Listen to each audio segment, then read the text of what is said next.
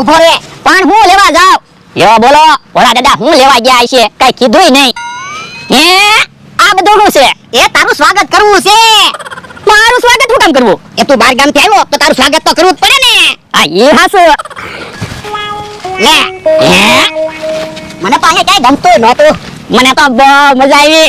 એ મારે તો કઈ જાજુ કામે નહોતું. બધાને પીરસવાનું, બધા જમી રે એટલે પછી મારે જે ખાવું હોય એ ખાવાનું. હે તો મજા આવે ને. મને તો એમ થાય સમસમ શેઠ જેવા શેઠ મારા હોય તો. કેમ હું શેઠ નથી હારો? અરે તમે ક્યાં ક્યાં ફરવા લઈ જાવ? તમે તો ખાલી ઓલી વાડીએ લઈ જાવ. હવે ઈ વાત જવા દે. મારી હાટુ હું લાવ્યો? એ હું તમારી હાટે મીઠાઈ લાવ્યો. હે તો મીઠાઈ ખાવાની મજા આવી જાય. હે પૂછું એ થેલો બદલાઈ ગયો. આ થેલો તો કોકનો છે. હે ઓય બાપા કેવો માસ છે? થેલો બદલાવી લાવ્યો.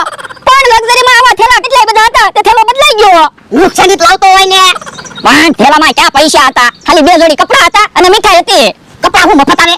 પણ તમે કપડા લઈ દેજો ને. હે ઓય બાપા ઓય બાપા ઓય બાપા 300 રૂપિયાની દાડી કરીને આવ્યો. 3000 ની નુકસાની લાવ્યો.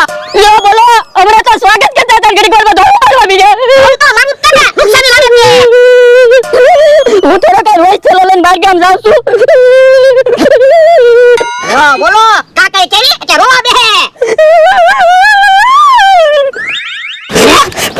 એ ભલે થેલો બદલાઈ ગયો. રોવાનું બંધ કર. એ હમણાં હું થેલો લઈને ગામમાં જાઉં, બધાને પૂછીશ કોનો થેલો છે, થેલો બદલાઈ આવું. એ ના ના થેલો બદલાવા નથી જવું. થેલામાં 2 જોડી કપડા હતા ને. એ 500 ગ્રામ મીઠાઈ હતી. હે અરે પૈસા 500 ગ્રામ નહીં, કિલો મીઠાઈ લેતાય અને 2 જોડી કપડા લેતાય. એ હારું. થેલામાં તો લો કેટલાય બધા પૈસા છે. મારા માણાને ખબર નથી પડવા દેવી. ચાલો ઓલડીમાં મૂકી હે મમરાભાઈ આવે છે. આજ તો મમરાભાઈને ખર્ચો કરાવવો છે. મમરાભાઈના પૈસાનું કાક ખાવું છે. અરે રે રે રે. હે હું છું બકુલભાઈ? એ શક્કર આવે છે. એમ તો કેમ શક્કર આવે? એ જો આમ. એ બોલો હું છું તે શક્કર આવે? એ કોને ખબર? એ હાથ પકડજો ને કરવું પડીશ. હે ભાઈ તે હું બકુલભાઈ? અરે રે રે રે. મને તો એવું લાગે બ્લડ પ્રેશર ઘટી ગયું એવું છે.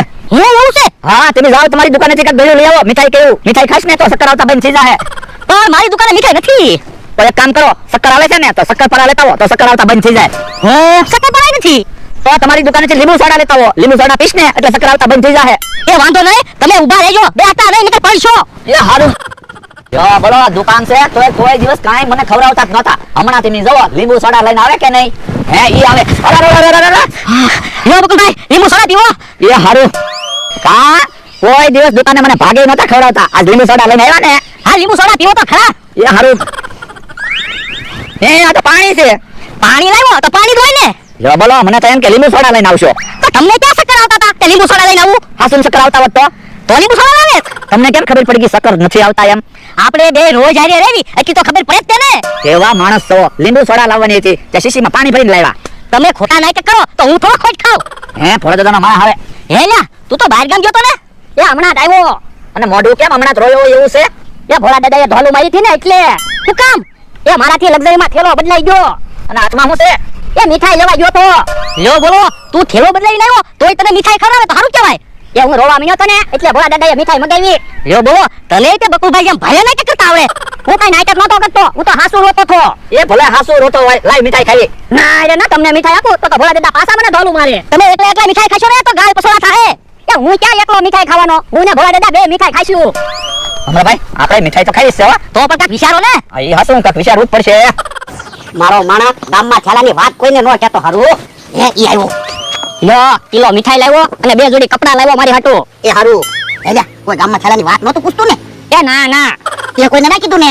એ ના ના ખાલી બકુલભાઈ ને મમરાભાઈ ને કીધું. હે ઓય બાપા બકુડાને મમરાભાઈને હું કામ કીધું? પણ એને મને પૂછ્યું મને કે કેમ રોયેલો હોય એવું મોઢું લાગે તો મેં કીધું ભોળા દાદા ખીજાણા પેલો બદલાઈ ગયો ને એટલે. ખીજાવી એને કઈ જવાનું? તો પણ એવડાને પૂછ્યું એટલે મેં કીધું. એ હારું જા બકુડાને મમરાભાઈને મીઠાઈ ખાવા બોલાય. એ હારું. બકુડાને મમરાભાઈને બહુ મીઠાઈ ખવડાવી દેવી છે એટલે મગજમાંથી થેલો વયો જાય અને મીઠાઈ ગળી જાય. હે સમસમ શેઠ કેમ ફફડાટી આવે? કોને ખબર? કેમ આજ વાડીઓમાં હતા મારો સમસમ શેઠ? એ થેલો બદલાઈ ગયો છે.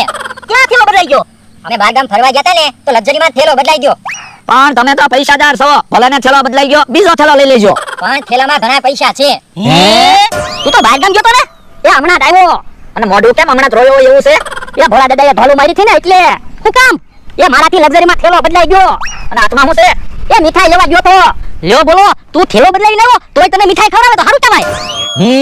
સમસમ શેઠ અમે ચલો પાછો લાવી દેવી તો અમને હું ઇનામ આપશો? તમને બેને 1000 રૂપિયા આપીશ. તો આપી દો 2000 રૂપિયા અને તમે જાઓ બંગલે. હમણાં થેલો લઈને આવી કે નહીં એમી? એ સારું લાવો ઈ થેલો એમને આપી દો. હે ભોળા દાદાનો માણસ આવે છે. હા તો એને કઈ ખબર ન પડે. બકુલભાઈ મમરાભાઈ હાલો તમને ભોળા દાદા મીઠાઈ ખાવા બોલાવે. એલા તું આવ્યો નકર એની વાડ યાદ આવવાના હતા. એ તો હાલો હાલો. ઓય થેલો લેવા ન આવે તો હારું. હે મારો માણસ તો બકુલાને મમરાભાઈ બોલાવીને આવ્યો. યો બકુલભાઈ મમરાભાઈ આવી ગયા. લે લે મીઠાઈ ખાવ. કેમ મીઠાઈ ખવડાવો? એ મારો માણસ બહાર ગામથી આવ્યો ને એટલે. તમારો માણા બહાર ગામથી આવ્યો એટલે કે તમારો માણા થેલો બદલાઈ લાવ્યો એટલે મીઠાઈ ખવડાવો. થેલો બદલાઈ ગયો એમાં હું કકડાટ કરવો. મારે ક્યાં પૈસાની તાણ છે. હા ઈ હાસુ તમારે પૈસાની તાણ નથી અને સમસમ શેઠ ને પૈસાની તાણ નથી. એટલે એ સમસમ શેઠ નો થેલો લક્ઝરીમાં બદલાઈ ગયો અને તમારા મારાનો થેલો લક્ઝરીમાં બદલાઈ ગયો. કોણે કીધું? સમસમ શેઠે કીધું. જોને એને થેલો આપ્યો. હે હું લેવા જા. યો બોલો હું લેવા ગયો છે ઈ. ઈ થેલો યો કેમ આવ્યો? એ આ થેલો સમસમ શેઠનો હશે. જોવો ને આપણો થેલો તો છે. પણ ઈ થેલો ભલે સમસમ છે રાખતા.